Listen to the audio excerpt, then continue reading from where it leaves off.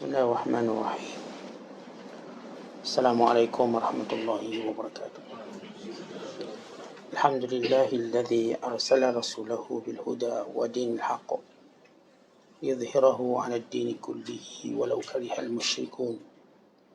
أشهد أن لا إله إلا الله وحده لا شريك له وأشهد أن محمدا عبده ورسوله. اللهم صل وسلم وبارك على سيدنا محمد وعلى آله وصحبه أجمعين، وبعد. وقال المصنف رحمه الله تعالى: ونفعنا الله به وبعلومه في الدارين آمين. Telah berkata Imam Al-Allamah Syekh Abdul Qadir Al-Jilani, semoga Allah Ta'ala merahmatinya dan kita mendapat manfaat serta barakah ilmunya. Wahai gulam, jangan sampai engkau merasa cukup dengan pendapatmu sendiri di hadapanku.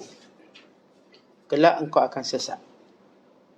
Ingatlah, siapa yang merasa cukup dengan pandangannya sendiri, dia akan sesat, hina serta tergelincir. Jika engkau memadai dengan pendapatmu, nescaya engkau akan terharam dari petunjuk dan perlindungan. Sebab engkau tidak memohon petunjuk itu dan tidak libatkan dirimu dalam sebab-sebabnya. Malah engkau mengatakan, saya tidak perlu pembimbing para ulama kerana saya sudah mengerti segala-galanya. Maka bagaimana dengan amal nanti? Apa kesannya dakwaan ini? Apa yang mendukungnya? Ya, setiap orang yang mendakwa diri mengerti mesti menunjukkan bukti dengan amal dan dengan ikhlas dalam amal itu, serta sabar menanggung bala. Kemudian keadaanmu itu tetap tidak berubah, tidak merasa gelisah dan tidak suka mengadu pada manusia. Engkau ini buta. Bagaimana sampai engkau mendakwa celik? Engkau masih kurang faham. Bagaimana engkau berani mengaku faham? Lantaran itu hendaklah engkau bertaubat dari dakwaanmu yang dusta itu kepada Allah Azza wa Jalla. Hendaklah engkau menujukan harapanmu kepada Allah, tidak kepada selain Dia. Engkau palingkan diri dari semua dengan hanya menumpukan permohonanmu kepada Pencipta semua. Tidak patut engkau berdamping kepada siapa yang sifatnya jatuh bangun atau yang musnah dan yang memiliki harta benda. Tetapi hendaklah engkau memilih dirimu khususnya sampai dia merasa tenang serta mengenal Tuhannya Azza wa Jalla. Dan hanya sesudah itu sahajalah boleh engkau berpaling kepada yang selain dirimu. Hendaklah engkau bersungguh-sungguh memelihara tujuan Penciptamu, dampinginya sebagai sahabat di dunia dan di akhirat. Hendaklah engkau menjaga takwa, mengasingkan diri serta bersendirian dari selain dari Dia. Hendaklah engkau meniadakan dirimu sama sekali dan jangan menetapkan dirimu pada apapun selain pada suruhan dan larangan Allah Azza wa Jalla. Kerana sesungguhnya Dialah yang menetapkanmu pada perkara itu. Wahai kaum lelaki, wahai kaum perempuan, sebenarnya telah menanglah siapa yang di antara kamu yang mempunyai sebibik dari ikhlas, sebibik dari takwa dan sebibik dari sifat sabar dan syukur. Kerana aku lihat kamu semua bankrupt, tidak punya apa-apa. Tuhan kami, kurniakanlah kami kebaikan di dunia dan kebaikan di akhirat, dan selamatkanlah kami dari seksa api neraka. Muslimin dan muslimat, sedang penonton yang dirahmati Allah sekalian, di antara penyakit manusia ialah mereka merasakan mereka tidak memerlukan sesiapa, dan mereka merasakan pendapat mereka paling betul dan paling tepat. Bila Allah Ta'ala menguji manusia dengan sedikit ilmu, sebahagian mereka cepat merasa takabur dan riak. Bahkan sebahagian mereka mula melampaui. kerana mereka menyangka bahawa apa yang mereka ada sudah cukup. Allah berfirman dalam Al-Quran, kalla innal insana la yatgha ar-ra'ahu istaghna. Jangan sekali-kali begitu. Sesungguhnya manusia itu sifatnya melampau bila mana dia merasakan dia tidak perlukan sesiapa.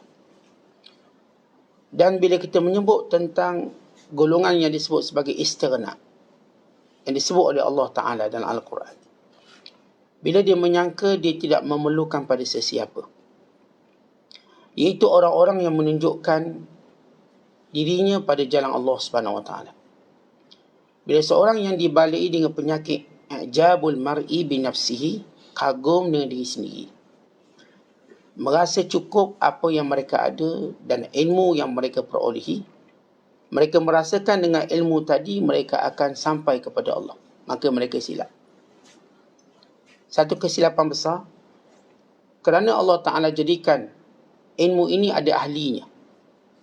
Setiap perkara ada ahlinya. Dan setiap seorang mesti menjadikan dan mencari sebab musabab untuk menyampaikannya kepada maksudnya. Artinya bila dalam hidup kita ada matlamat. Semua orang dalam hidup dia ada matlamat. Kalau dia orang yang cerdik, dia orang yang bijak. Bila mana dia nak mencapai merealisasikan matlamat, dia akan mencari sebab. Dan segala sebab yang menyampaikannya pada matlamat, maka dia akan pegang sungguh-sungguh. Dia akan berpegang pada sebab-sebab tersebut. Kita tahu bahawa sebab-sebab ini ada sebab yang disyariatkan, ada sebab yang diharuskan, ada sebab yang diharamkan, ada sebab yang dimakruhkan. Sebab juga mengambil hukum 5. Ada sebab yang wajib. Wajib mengambil sebab itu, ya. Allah yang mewajibkan sebab-sebab tadi untuk diambil. Ada yang bersifat sunat, diambil sebab. Ada yang bersifat harus, terpulang untuk mengambil sebab itu atau meninggalkan sebab. Dan ada yang bersifat makruh, dan ada yang bersifat haram.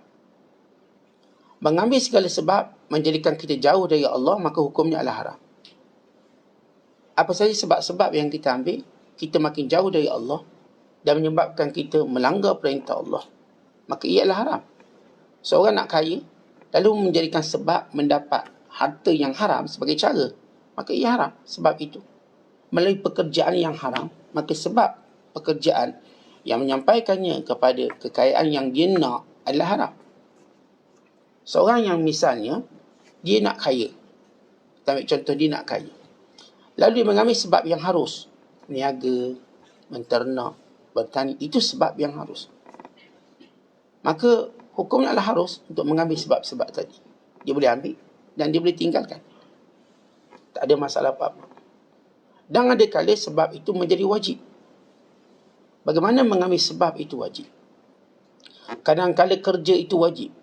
Kalau itu satu-satu cara untuk kita mendapat rezeki bagi menanggung nafkah orang yang wajib kita jagai.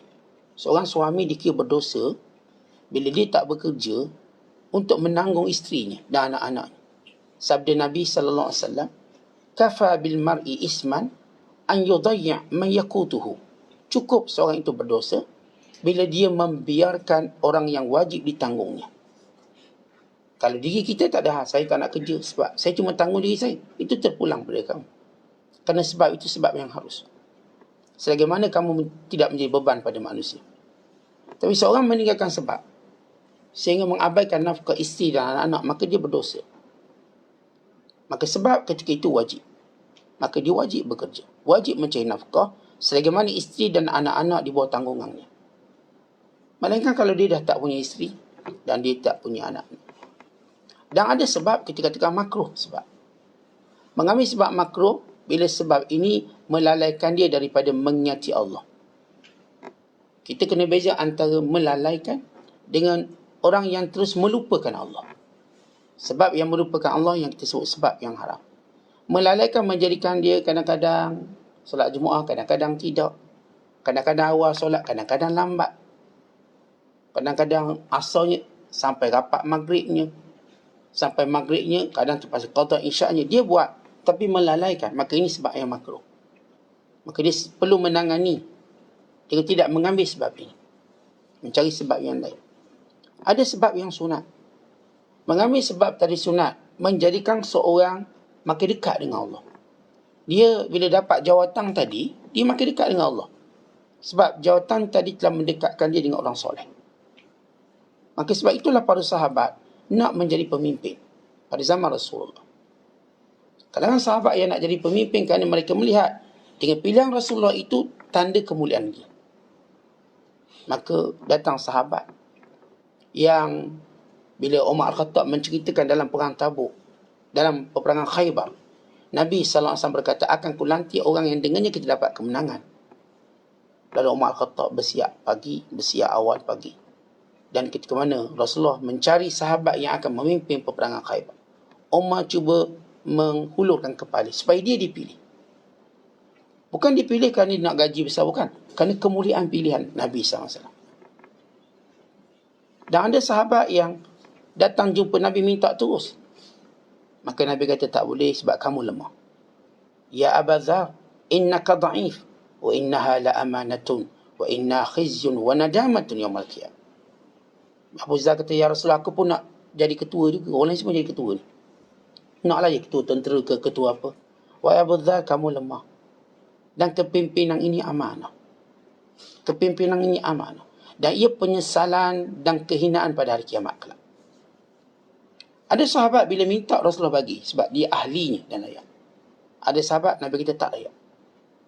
Namun pada sahabat ketika mana mereka nak jawatan, bukan kerana mereka nak hal dunia, tapi kerana mereka ingin berada dekat dengan Rasulullah. Mereka ada benda yang mereka boleh bercakap dan berhubung dengan baginda sallallahu alaihi wasallam. Jadi kalau kita mendapat sebab-sebab yang dengannya kita dapat mendampingi para ulama, mendampingi orang soleh, dengannya memudahkan kita beribadat dan sebagainya, maka ini sebab yang disunatkan. Ada seorang tu tuan-tuan, dia sanggup jadi minta kerja sebagai pencuci di Masjid Nabawi. Walau dia dah kaya sebab dia nak dekat dengan Madinah. Dia kaya banyak duit di negeri dia. Ada seorang daripada India, orang Islam kaya, Raja Tawan. Tapi dia memilih untuk menjadi tukang sapu di Madinah. Bukan kerana nak duit, supaya dia sentiasa berada di Madinah. Tak payah pergi visa setahun duduk Madinah. Walaupun sekadar menyapu sampah, dia dapat solat. Dia dapat menziarah Rasulullah setiap hari. Dia mengambil sebab itu. Maka ini sebab-sebab yang disunatkan. Baik, ini intro kita terhadap sebab. Bila kita menyebut ada golongan yang mereka cukup dengan pendapat sendiri.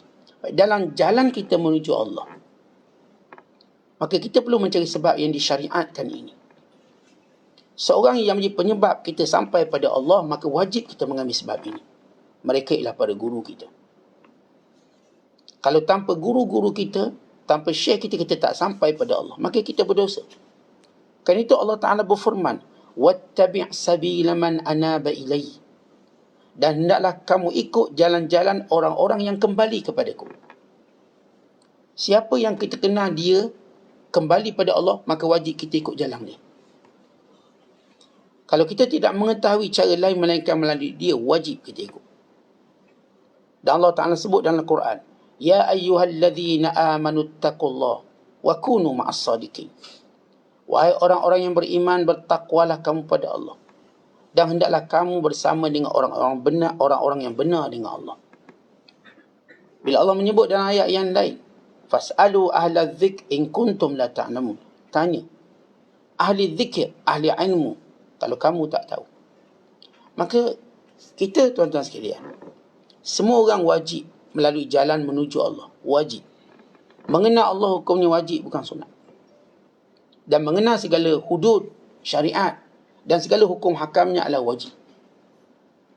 Nabi SAW menyatakan, talabul ilmi faridatun ala kulli muslim. Menuntut ilmu itu wajib bagi setiap orang Islam. Maka setiap orang Islam mesti mempunyai guru mereka yang akan menyampaikan mereka pada jalan Allah. Maka semua orang tahu kita perlukan guru daripada kita kecil lagi. Mak ayah kita jadi guru kita, mengajar sesuatu yang baru, mengajar sesuatu yang kita perlu dalam hidup, mengajar sesuatu yang menyelamatkan kita dari bahaya. Inilah peranan mak ayah kita mula-mula. Ajar sesuatu yang baru, sesuatu yang memberi manfaat, sesuatu yang mengelakkan mudarat. Sehingga ibu kita dan ayah kita menyerahkan kita masuk tadika atau masuk sekolah. Walaupun mereka sayang kita, mereka berpisah dengan kita untuk satu tempoh yang panjang. Kalau tadika lah, hantar pukul 8, pukul 11, pukul 12 balik. Setengahnya pukul 3 petang, setengah sampai ke 5 petang. Apakah mereka tidak menyayangi anak-anak? Sayang. Tapi ada benda yang penting untuk anak-anak ni peroleh, ilmu. Kemudian mereka hantar pula sekolah rendah. Pagi balik petang. Kemudian sampai peringkat mereka hantar ke asrama. 2 minggu baru jumpa, 3 minggu jumpa sekali, 4 minggu. Apakah ibu ayah ini sudah hilang kasih sayang kepada anak-anak? Jawapannya tidak. Tak mungkin kasih sayang seorang ayah dan ibu hilang daripada anak. Tak mungkin. Umpama tidak mungkin pantai itu tidak ada ombak. Tidak mungkin. Walau bagaimana keadaan pantai setenang mana, dia tetap berombak. Itu umpama rindu seorang ibu ayah pada anak-anak. Apatah lagi ketika puting beliung atau ketika ribut, ombaknya lebih besar. Kerinduan dia. Tapi kenapa ayah sanggup tinggal anak dan berpisah berbulan-bulan? Sebab mereka yakin bahawa anak ini perlukan sesuatu yang disebut ilmu. Perlu ilmu untuk menjamin semua benda. Baik, kalau ibu ayah berkorban setara itu, berpisah dengan tempoh yang panjang. Kadang-kadang ada yang tempoh setahun, 2 tahun. Kadang sampai 4 tahun. Ada kawan saya sampai puluhan tahun tak pernah balik. Saya waktu duduk Mesir 4 tahun saya tak pernah balik. Ini yang saya bayangkan bagaimana kerinduan ibu ayah saya. Dalam tempoh 4 tahun saya tak pernah balik. Kalau nak dapat berita, dia dapat berita melalui adik saya yang setiap tahun balik. Adik saya lain pula, dia memang tiap tahun balik. Saya tak balik 4 tahun. Kita dapat bayangkan kerinduan dia macam mana bila mana kita punya zuriat dan anak. Tapi kenapa ibu ayah sanggup? Dia tak ada pempaksa kamu balik. Sebab dia lihat tingginya ilmu, mulianya ilmu. Kalau kebanyakan kita sanggup berpisah dengan anak-anak, hanya kerana inginkan anak kita ada masa depan. Yang masa depan itu dia tafsirkan dengan cara kerja dan jawatan. Supaya anak kita keluar universiti, dapat kerja, dapat jawatan. Bagaimana orang yang melihat masa depan yang sebenar melihat akhirat? Supaya anak dia ada akhirat, ada masa depan akhirat, iaitu syurga dan kurniaan Allah. Maka itu lebih kita harapkan. Seorang ayah, seorang ibu lebih mengharapkan anaknya mendapat syurga dan redha Allah berbanding jawatan yang sementara. Baik, kalau kita faham itu dia punya analogi kehidupan kita, kronologi kehidupan kita, maka demikianlah kita faham di sini bahawa wajib kita punya guru. Maka di antara afat ataupun penyakit orang belajar, dia mula rasa dia dah cukup. Dan dia putuskan hubungan dengan gurunya dengan cepat. Walau menjadi tradisi para alim ulama, para salafus salih, mereka tidak pernah putus hubungan dengan guru. Kalaupun mereka hanya sekali berguru, selama-lamanya mereka berguru. Tak pernah putus. Al-Imam Nawawi rahimahullah, dia ada ramai guru. Dia belajar daripada usia kecil sampailah usia kematangan dia. Antara akhlak Imam Nawawi rahimahullah, dia akan menziarahi guru-gurunya. Bahkan kita baca manaqib beliau waktu beliau hendak wafat. Antara perkara terakhir dia buat sebelum dia wafat ialah menziarahi setiap gurunya. Sama ada gurunya hidup atau mati. Yang mati diziarahi kubur, yang hidup dijumpainya. Sehinggalah hari kewafatan beliau. Untuk menunjukkan bagaimana keperluan seorang pada guru tidak pernah berakhir. Tapi penyakit orang yang belajar, dan ini penyakit. Siapa yang belajar kemudian dia rasa pendapatnya lebih tepat pada gurunya, bahkan dia rasa dia tak perlu pada bimbingan dan nasihat gurunya, maka dia adalah permulaan kebinasaannya. Dia terharam mendapat petunjuk-petunjuk dan kebaikan. Sedangkan kita diperintahkan, sebagaimana kita sebut dalam intro kita, melibatkan diri pada semua sebab-sebab yang menyampaikan kita pada Allah. Ya, sebelum ini kita kata tinggalkan sebab, iaitu beriktikad pada sebab yang menjadikan hubungan kita keruh dengan Allah. Sebab itu yang wajib kita tinggalkan. Kita bercakap sebab-sebab yang menjernihkan hubungan kita dengan Allah. Sebab, kerana sebab ini kita mengenali Allah. Maka sebab yang paling agung yang kita kenal Allah ialah Nabi Muhammad sallallahu alaihi wasallam. Ia sebab yang paling agung. Sebab itu kita kena memuliakan baginda sallallahu alaihi wasallam dengan selawat kepada baginda, bukan dengan menziarahi baginda sallallahu alaihi wasallam, bukan dengan berpegang dengan kata-kata baginda. Ini sebab yang paling teragung kita kenal Allah. Kalau tidak kerana Nabi SAW, kita tak akan mengenali Allah. Maka Allah mewajibkan kita untuk berselawat kepada baginda sallallahu alaihi wasallam. Paling kurang kewajipan itu berlangsung pada solat kita, dengan kesepakatan para ulama. Paling kurang selawat itu wajib dalam solat kita, fardu ataupun sunat kita. Paling kurang kita berselawat kepada baginda sallallahu alaihi wasallam, dan paling sempurna kepada keluarganya, kepada para sahabatnya, kepada orang-orang yang menjadi tulang belakang kepada perjuangan Nabi sallallahu alaihi wasallam. Maka sebab ini sebab paling agung. Seorang tak boleh kata saya tak nak sebab ini, saya cuma mencintai Allah, saya tak perlu pada sebab ini. Dia salah besar. Kerana sebab ini sebab yang Allah perintah. Allah berfirman dalam Al-Quran, "Kul in kuntum tuhibbuna Allah fattabi'uni yuhibbukum Allah wa yaghfir lakum dhunubakum wallahu ghafurur rahim."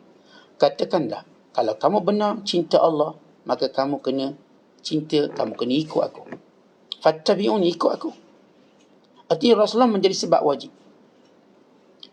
Dan daripada Rasulullah SAW, Nabi meninggalkan kepada kita sebab wajib yang berikutnya. Innamal ulama'u warathatul anbiya. Ulama' waris Nabi. Maka sebab itu yang kedua datang. Sebab kalau tidak kerana ulama', kita tak akan kenal Nabi. Tak mungkin orang dapat mengenali Rasulullah SAW baik secara khuluk dia atau khilqah dia. Baik dari sudut akhlak baginda SAW ataupun daripada tubuh badan Rasulullah SAW, bahkan hukum hakam Nabi SAW. Siapa yang boleh kenal Rasulullah tanpa para ulama? Melainkan dia berbohong. Sebab itu kata Imam Al-Ghazali, seorang yang berkata dia mencintai Rasulullah tapi dia memusuhi ulama, dia berbohong. Dia amat berbohong. Tetapi yang menjadi penyakit yang tersebut, penyakit orang menuntut ilmu, bila dia rasa pendapat dia sudah lebih tepat daripada gurunya, lebih betul, walau dia tidak mempunyai pun, kita katakan, tangga-tangga yang dilalui oleh gurunya. Pertama, dia tak mengetahui pun bahasa Arab dengan sempurna. Contoh kita kalau mengaji dengan Tok Guru, kalau bahasa Arab kita tak ke tengah, tak ke tepi, jangan mendakwa bahawa pendapat kita sudah tepat. Itu baru kita cerita bahasa Arab. Sebab apa? Kerana sumber ilmu ini dalam bahasa Arab. Kita nak atau tidak, maka bahasa Arab menjadi sebab utama, sehingga ini disyarat kepada ataupun disebut sebagai alat ijtihad. Bacalah kupasan-kupasan ulama' dan ilmu usul fiqh dalam babul ijtihad, dalam bab ijtihad. Syarat-syarat mujtahidin, mesti dia mahir dalam bahasa Arab. Mesti. Tiba-tiba kita tuan-tuan belajar setakat kuliah maghrib Isyak, lepas tu rasa alim pada Tok Guru, duduk belawang Tok Guru. Kita tanya, awak ni pandai ke bahasa Arab? Kalau setakat kita katakan pandai satu dua perkataan, lalu menganggap kita dah hebat, kita silap besar. Saya dah ambil hukum hakam daripada YouTube, hukum hakam daripada blog itu dan ini. Tak, mereka membina hukum hakam atas asas pengetahuan, kamu membina hukum hakam atas asas peniruan. Jauh orang meniru dengan orang ambil asal. Contoh kalau barang-barang tiruan, apa nilainya walaupun letak jenama yang hebat? Ini jenama apa? LV katakan, tapi ia tiruan. Hanya orang bodoh yang terus menilainya. Orang cerdik tahu yang tiruan ataupun tidak. Benda kalau original kita tahu ada nilainya sendiri.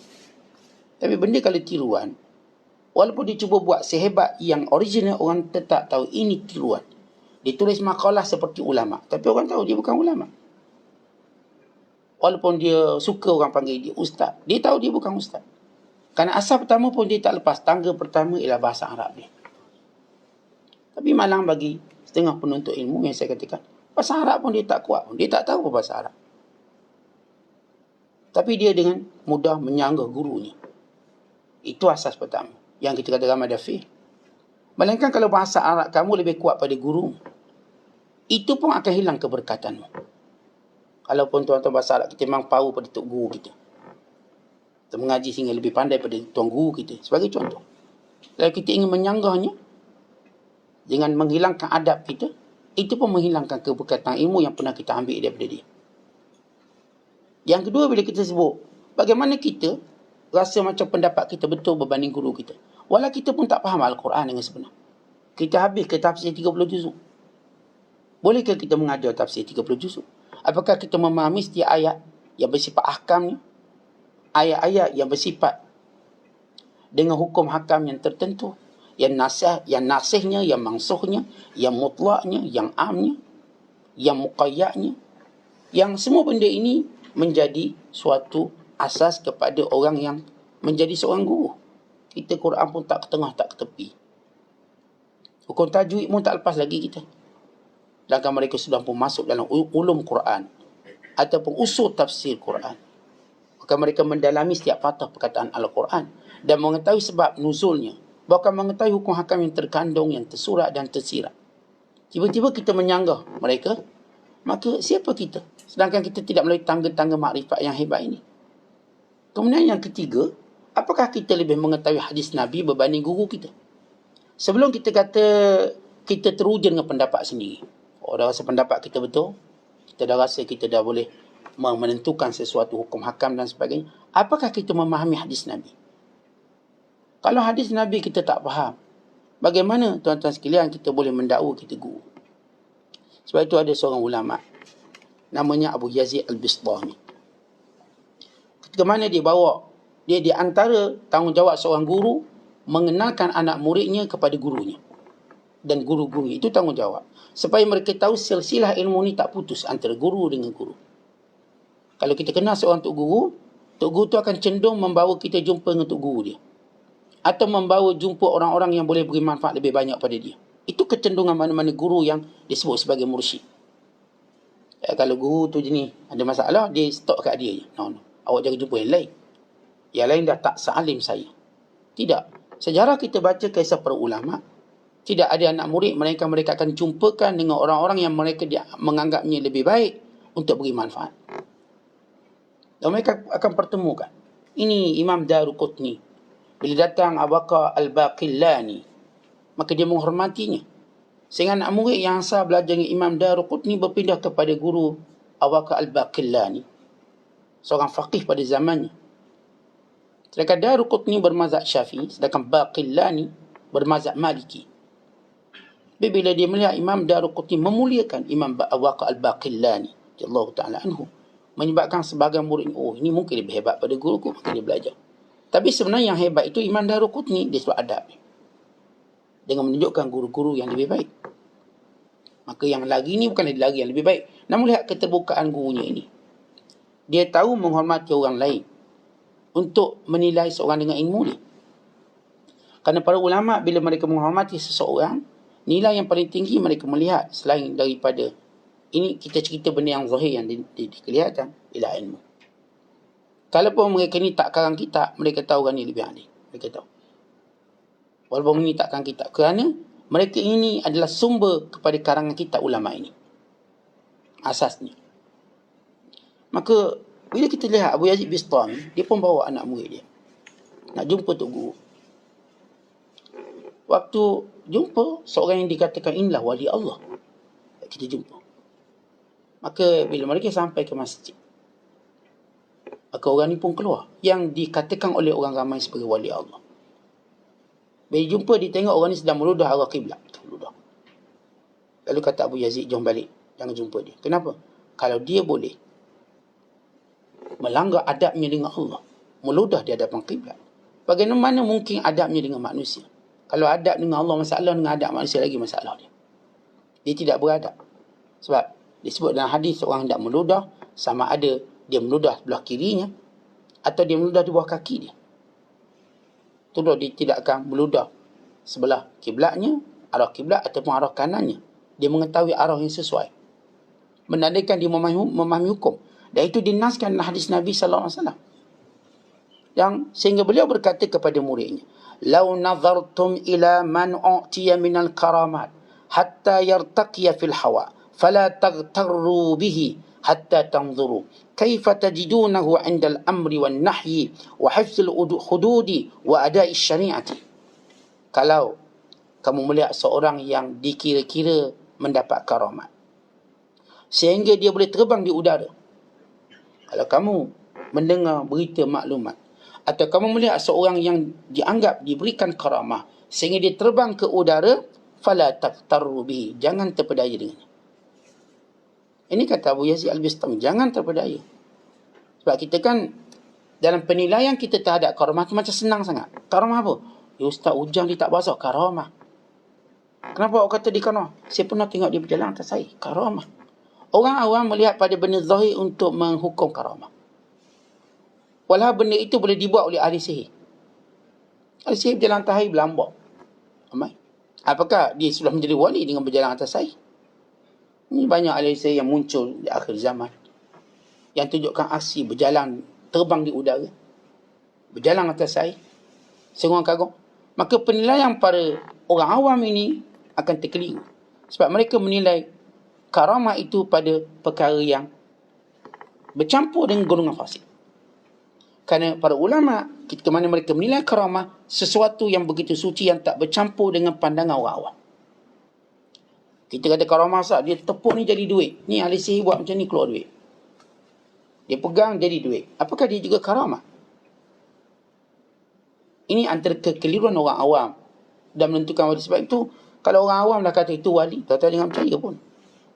Sebab apa penilaian dia? Kalau bila saya bercakap dengan seorang hamba Allah, kata Syekh itu wali, itu wali, itu wali, itu wali, ditunjuk. Saya kata senangnya entah semua wali. Apa sebab? Dia pernah naik bas, Ustaz. Dia tak bayar bayaran. Dia tak bayar. Driver tak nak ambil duit dengan dia. Itu tanda dia karamah. Saya kata itu banyak kali berlaku pada saya. Apakah saya juga wali? Dia kata orang ni pula Ustaz, dia pernah ada kat sini, kemudian ada kat lain pula. Jadi dia beri suatu penilaian orang awam. Saya kata awak kalau macam ni penilaian awak, maka awak akan menjadi sesat dengan cepat. Cukup cepat. Ditipu. Kerana sifat-sifat ini kita katakan tadi boleh bercampur dengan orang fasik. Orang fasik juga akan dapat benda ni. Sebab itu kita pergi pada apa yang disebut oleh Abu Yazid Bistami. Jangan kamu terpedaya walaupun dia boleh terbang. Walaupun dia sekian, dia mungkin ahli sihir, mungkin. Kerana ada setengah tuan-tuan dibongkarkan oleh ulama, seorang yang memakai pakaian ulama tetapi mengamalkan sihir, lalu tunjuk pada pengikutnya sehingga pengikutnya menyangka dia adalah wali yang agung. Maka dengan cepat dia mendapat gelaran kutub. Dengan cepat dia dapat. Dengan mudah. Antara sebab kita baca sejarah sirah, Aswadu Ansi mengaku jadi Nabi. Aswadu Ansi ini seorang ahli sihir yang hebat di Yaman. Dia pandai sihir. Sehingga dia mengetahui apa yang pengikutnya buat di rumah. Dan pengikut dia kalau datang, tuan-tuan dia tahu hajat ni, dia tahu. Dengan dia memasang jin-jin di setiap jalan-jalan menuju ke rumah dia. Maka dia akan berhubung dengan jin-jin dia. Saya bila dulu zaman kecil, bila orang beritahu Tok Momo hebat ni, dia dah tahu niat kita. Dia dah tahu tujuan kita datang. Datang seorang, saya dah tahu kenapa awak datang. Dah tahu. Mesti awak sakit kan? Memang. Kalau tak sakit kau jumpa dia. Mesti awak sakit ni. Dia mula tukar sakit ni. Macam mana Tok Momo tahu? Hebat. Padahal tak sembuh juga. Aswadu Ansi buat. Modus operandi ni sama. Bila letak setiap jin-jin di setiap lorong-lorong, dia ahli sihir. Sehingga pengikut dia takut kalau buat sesuatu akan diketahui oleh gurunya melalui sihir tadi. Kemuncak mereka mula mempernabikan dia. Akhirnya Aswadu Ansi mengaku menjadi Nabi. Bukan dia mengaku menjadi Nabi pada zaman Rasulullah sendiri. Antara yang mengaku jadi Nabi pada zaman Rasulullah, Musailamatul Kadzab dengan menghantar surat, dan juga Al-Aswadul Ansi. Cuma Aswadul Ansi dia tak hantar surat pada Rasulullah. Musailamah hantar surat. Minta dunia ni bagi dua. Muka Nabi, aku pun Nabi, kita bagi dua lah, sama-sama Nabi. Oh, dia mudah-mudah gitu je Nabi ni. Nak bagi faraid dunia. Para Nabi ni bukan nak faraidkan dunia. Mereka nak faraidkan kita bahagian akhirat. Dunia bukan benda yang difaraidkan. Dunia benda-benda yang akan hancur, yang tak akan kekal. Yang pewaris benar, kita ni bukanlah waris pada harta dunia. Kita waris pada akhirat. Sebab itu Allah sebut dalam Quran, ulaika humul warithun alladzina yarisuna al-firdaus hum fiha khalidun. Mereka lah pewaris-pewaris yang sebenar yang mewarisi firdaus dan mereka kekal di dalamnya. Kita kalau sebut waris kat dunia, dia dah pewaris. Kita nampak dia lebih panjang umur pada pemilik harta. Ini pewaris. Ini pewaris takhta. Sebenarnya dia bukan pewaris. Pewaris sebenarnya ialah orang mewarisi syurga firdaus, itu pewaris. Sebab dia benar-benar dapat sesuatu yang kekal. Baik, kita lihat bila kembali pada apa yang didefinisikan oleh Abu Yazid Bistami tentang orang yang dekat dengan Allah ini. Dia kata kalau kamu tengok mereka yang buat benda pelik-pelik, Jangan menganggap dia wali. Hatta tanzuru, sehingga kamu pastikan kaifa tajidunahu, bagaimana dia indal amri wan nah, ketika mana perintah Allah dan ketika mana larangan Allah. Bila Allah perintah sesuatu, dia pergi tak? Dia buat tak? Di situ kamu tahu dia wali atau tidak. Ini bunyi azan pun tak nak datang masjid. Macam mana wali? Ketika mana larangan, kamu tengok dia, apakah dia jauh daripada larangan? Wa hifzul hudud, apakah dia menjaga semua larangan-larangan Allah? Wa ada'is syari'ah, apakah dia benar-benar menyampaikan syariat? Artinya, bila seorang nak kita kenali mereka benar-benar para ulama dan para awliya, mereka orang benar-benar menjaga sunnah Nabi. Disebut dalam satu pandangan masyhur di kalangan ketua para sufi. Kamu kalau melihat seorang tidak memenangkan sunnah, maka jangan kamu mengikuti dia. Dia memenangkan sunnah. Sebab tuan-tuan, pendapat yang paling agung ialah pendapat Rasulullah. Kalau kita nak sebut pendapat manusia. Kerana pendapat itu bukan pendapat yang bercampur dengan hawa nafsu. Tidak bercampur dengan sifat ini pujian manusia atau takut celaan manusia. Sehingga kata Abdullah bin Amri bin Al-As, "Ya Rasulullah, apakah aku tulis apa yang kamu katakan ketika mana kamu suka? Ya. Ketika mana kamu marah? Ya." Sebab kalam Rasulullah tidak ada yang boleh mempengaruhinya.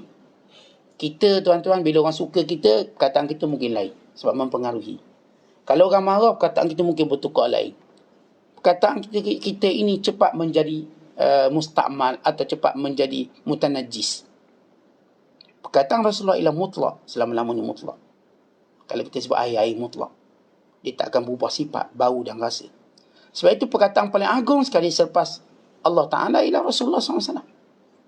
Jadi bila saya sebut kalangan orang yang di hadis Nabi pun tak tahu sangat nak lawan ulama yang tahu hadis Nabi, lalu merasakan pendapatnya lebih betul, akhirnya dia mula terkeliru dan ujub dengan dirinya. Tu sebut, akhirnya dia highlight pendapatnya sendiri, seolah pendapatnya ini adalah pendapat yang mesti diikuti. Walau ia tidak pendapat dia tidak bercampur dengan kefahaman Al-Quran dan hadis Nabi. Jadi saya katakan bagaimana kita, tuan-tuan, cepat menyanggah guru kita. Walau kita hadis pun tak habis. Jangan tanya Sahih Bukhari. Ni kalau tanya Riyadhus Salihin habis tak? Tanya hadis 40 habis? Tak habis. Kalau habis pula apa ke? Ingat ke? Tiba-tiba dengan mudah dia berkata, saya tak belajar dengan ulama itu sebab ulama itu sombong. Siapa yang lebih sombong daripada dia? Tuan, kita kadang-kadang ada orang, dia ada penyakit menyombongkan orang di atas dia. Anak kata mak ayah sombong. Mak ayah saya sombong lah. Dan murid pula dia ada penyakit menyombongkan guru. Saya satu guru saya sombong sikit. Dan apa nilai guru, nilai kita bila kita menyombongkan orang yang patut kita dapat sesuatu yang lebih baik, yang menjadi sebab pada pintu syurga kita. Mereka sebenarnya kita lah paling sombong. Sebab tu kalau kita jumpa anak-anak yang kata mak ayah dia sombong, dia lah paling sombong. Sebab mak ayah dia memang dia ada hak untuk dia penuhi. Sebab mak ayah dia orang tak panggil mak ayah derhaka. Dia ni derhaka. Kalau kita jumpa ada orang-orang cuba sombongkan gurunya, dia kata untuk guru ni sombong. Kita kata kamu lebih sombong pada dia.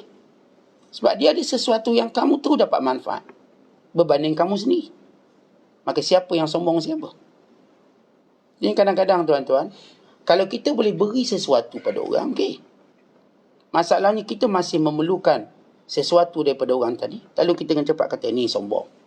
Ini kalau tegur pun tak boleh. Kata dia, antara penyakit anak murid dia nak tegur tok guru. Itu penyakit dia. Lalu dia menyangka bila tok guru dia terima, ini tawadhu. Bila tok guru dia tak terima, ini sombong. Kadang kita perlu, yang kita sebut tadi, apakah kita sudah melalui tangga-tangga yang mereka lalui? Sehingga setiap keputusan mereka dipengaruhi dengan tangga ini. Mereka faham bahasa Arab, mereka faham Quran, mereka faham hadis Nabi. Bahkan mereka faham perjalanan ulama. Kita kadang-kadang, tuan-tuan, sifat atau perangai yang saya katakan menyombongkan guru lebih cepat.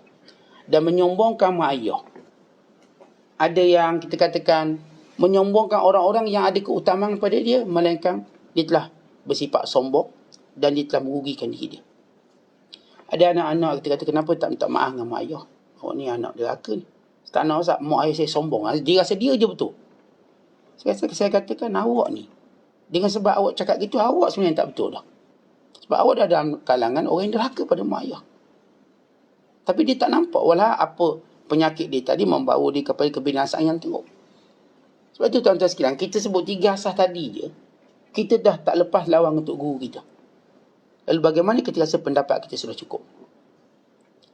Saya sebut bahasa Arab pun kita tak lepas lawan untuk guru kita. Quran pun kita tak lepas nak lawan untuk guru kita.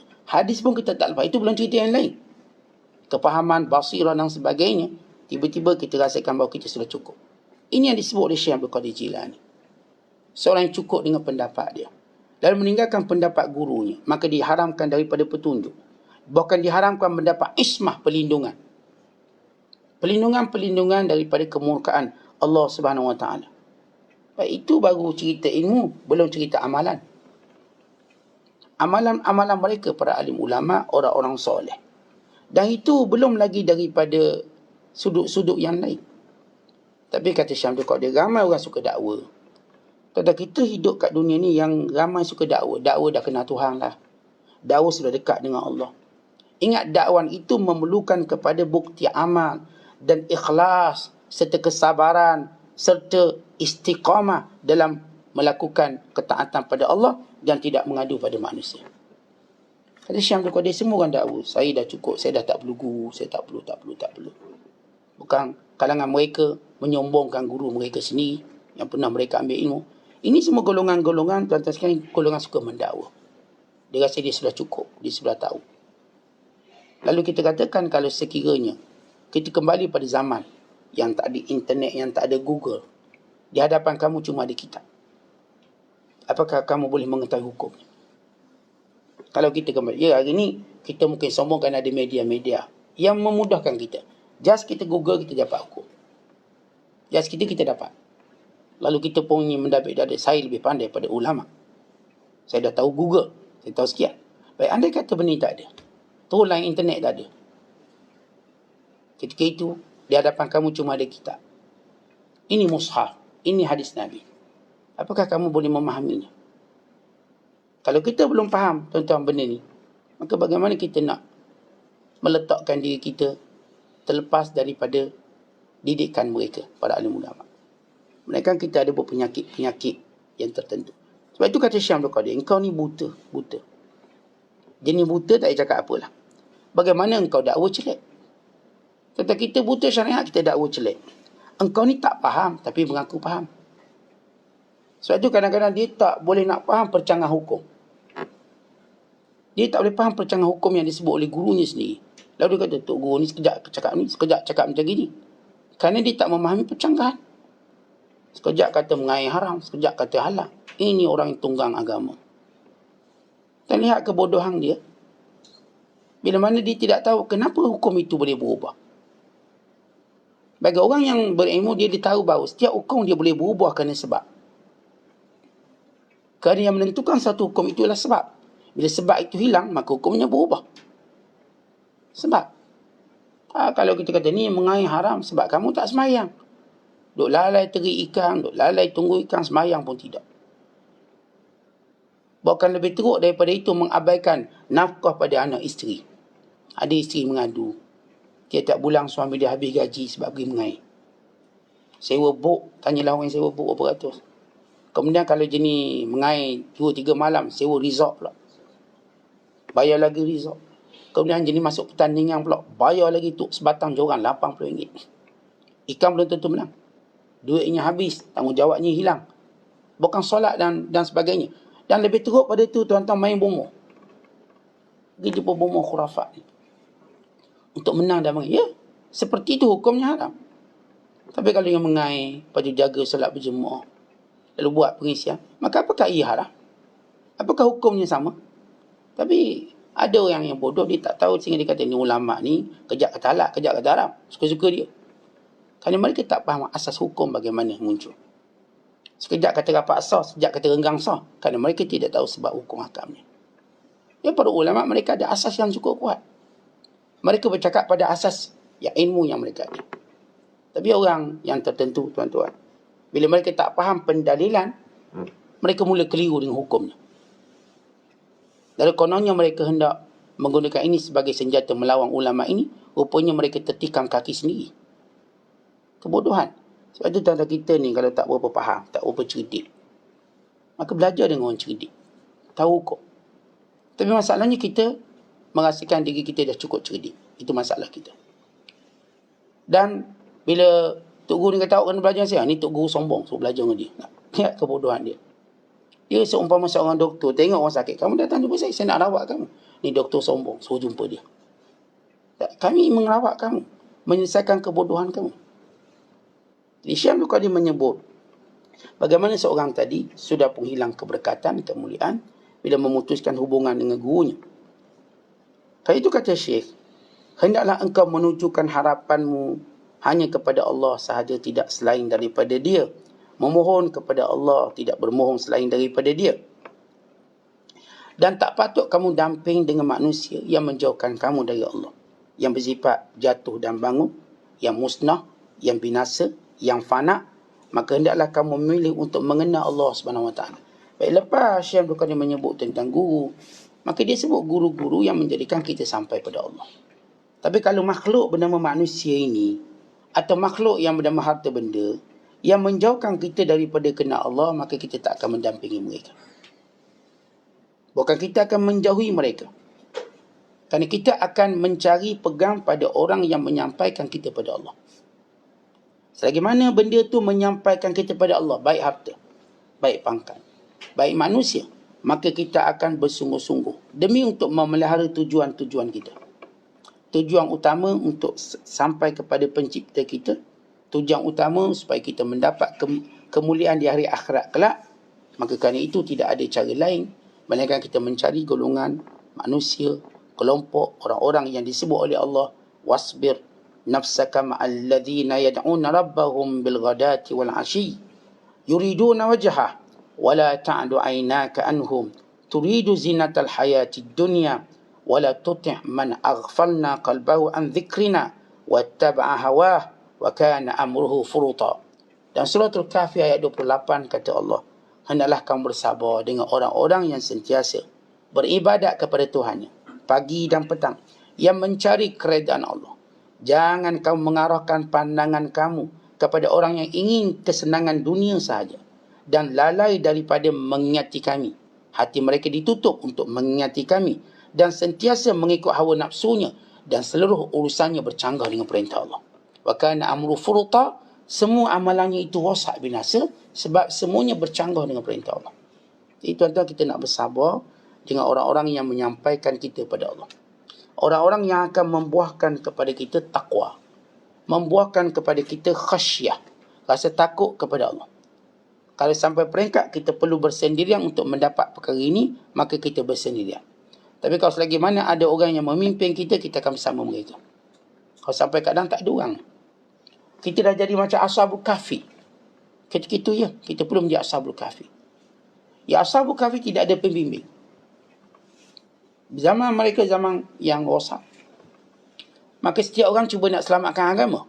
Ketujuh-tujuh pemuda ini mereka bertemu tanpa perjanjian, tanpa pakatan. Kerana setiap orang ni dibawa keyakinan dia, mereka pergi meninggalkan kota yang kufur. Tiba-tiba terserempak 7 orang ni. Dan masing-masing bertanya, kenapa kamu keluar? Kata, boleh aku beritahu dengan syarat kamu berjanji untuk tidak membocorkan. Kerana masing-masing tidak mengenali. Ketujuh-tujuh orang ni, tuan-tuan, mereka tak berkenalan. Mereka tak kenal satu sama lain. Sehingga mereka dihimpunkan dengan tujuan untuk dekat dengan Allah. Mereka kenal ni kan, setujuh-tujuh ini bertujuan untuk menyelamatkan diri daripada kekufuran. Mereka bertembung di tengah jalan. Masing-masing bertanya sebab tujuan keluar. Masing-masing meminta janji untuk tidak dibocorkan. Kerana hal ini cukup bahaya waktu itu. Siapa yang tidak mengikut raja tadi dan menyembah apa yang disembah oleh raja, bukan menyembah raja, akan dibunuh atau dipenjara. Maka mereka keluar membawa iman. Bertembung di tengah jalan 7-7. Hatta anjing pun mereka bertembung tengah jalan. Anjing pun keluar juga. Bertembung. Semuanya berlaku dengan secara kita katakan bersifat tanpa perancangan, tanpa janji. Kenapa? Kerana mereka dipertemukan dengan janji Tuhan. Mereka tidak bertemu dengan janji manusia. Mereka bertemu dengan janji Tuhan. Dan siapa yang bertemu dengan janji Tuhan, maka Allah akan memeliharanya. Sebab itu tuan-tuan, biarlah kita bertemu dengan orang yang Allah janjikan pada kita. Bukan kita berjanji nak jumpa dia. Dengan maksud orang-orang yang dekat dengan Allah. Akhirnya duk cakap, akhir mereka sepakat. Lalu mereka pun pergi berlindung di tempat yang disebut gua. Yang gua itu Allah Ta'ala muliakan dan memberkatinya, sehingga dinamakan dengan nama surahnya, Suratul Kahf. Surah gua. Tentang kenapa tak sebut surah 7 pemuda tadi? Dia sebut surah gua. Bagaimana gua itu mendapat keberkatan, kemuliaan daripada sebab 7 orang yang tidur ini? Bukan anjing yang bersama dengannya. Kenapa? Ketika mana tidak ada pembimbing, maka setiap orang waktu itu membimbing dirinya sendiri. Maka ini yang disebut sebagai bersendirian dan uzlah. Antara 7 ni tak ada yang lebih alim daripada orang tu. Sebab semuanya sama, label sama. Bukan yang ni lebih pandai yang ni tidak, sama. Ketika mana tidak ada guru, tuan-tuan, kita perlu bersendirian cara tu ya, bersendirian. Tapi selagi mana kita ada gurunya, kita ada, masih ada orang yang boleh tunjukkan kita pada jalan Allah, maka kita perlu melaziminya. Bukan dalam keadaan tertentu kita wajib melaziminya, kalau dia satu-satunya sebab untuk sampai kita kepada Allah SWT. Kemudian kata Syekh, wahai lelaki, wahai perempuan, sebenarnya yang menang bukan sebab jantina, yang menang ialah siapa yang ada takwa, siapa yang ada ikhlas, siapa yang ada sabar, siapa yang ada syukur. Yang tak ada benda ni semuanya bankrupt. Siapa yang tak ada ikhlas, dia akan bankrupt akhirat kelak. Siapa yang tak ada takwa akan bankrupt akhirat kelak. Siapa yang tidak bersabar maka akan bankrupt akhirat kelak. Siapa yang tak bersyukur. Syekh Abdul Qadir menyebut 4 sifat yang menjadikan baik lelaki atau perempuan menjadi menang. Apa dia? Iaitu sifat ikhlas, takwa, sabar dan syukur. Amalan-amalan yang kita buat sebanyak-banyak gunung tadi, bila 4 sifat ni tak ada, dia boleh hancur sekejap. Sehingga kita pulang akhirat jadi bankrupt. Orang yang tak bersyukur, maka Allah takkan tambah amalan dia. Allah takkan tambah kebaikan dia. Kerana dia kufur, maka Allah hancurkan semua ketaatannya pada Allah. Jadi kita nak berusaha memiliki 4 sifat ini. Dah kita guru, dah kita belajar, maka biar sifat ini menjelma dalam diri kita. Sifat apa? Sifat ikhlas.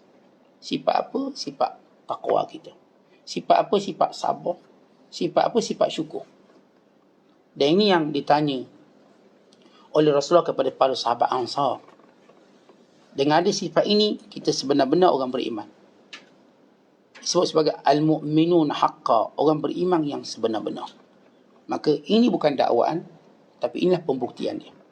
Yang disebut oleh Syekh Abdul Qadir, kamu ni rasa cukup diri kamu sendiri, mendakwa itu dan ini dah. Tak perlu orang tu, tak perlu orang ni, tak perlu guru pun. Even tak perlu guru pun. Maka kata Syekh, itu cuma dakwaan. Dan setiap dakwaan perlukan bukti. Maka bukti ini dalam 4 sifat. Apakah sepanjang perjalanan hidup kamu ada ikhlas?